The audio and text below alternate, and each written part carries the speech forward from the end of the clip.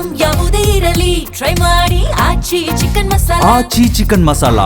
ಜಮ್ಮು ಕಾಶ್ಮೀರದ ದೋಡಾದಲ್ಲಿ ಭೀಕರ ಮೇಘ ಸ್ಫೋಟ ಸಂಭವಿಸಿದೆ. 10ಕ್ಕೂ ಹೆಚ್ಚು ಮನೆಗಳು ಧ್ವಂಸವಾಗಿದ್ದಾವೆ ಎನ್ನುವಂತ ಮಾಹಿತಿ ಲಭ್ಯವಾಗ್ತಾ ಇದೆ. ಭೀಕರ ಮೇಘ ಸ್ಫೋಟ ಇದು.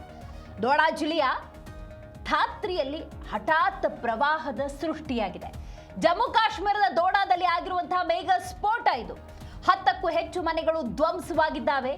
ರಸ್ತೆಗಳ ನಡುವಿನ ಸಂಪರ್ಕ ಕಡಿತಗೊಂಡಿದೆ. ಮೇಘ ಸ್ಫೋಟಕ್ಕೆ ಮಾರುಕಟ್ಟೆ, ಮಸೀದಿಗೆ ನೀರು ನುಗ್ಗಿದೆ.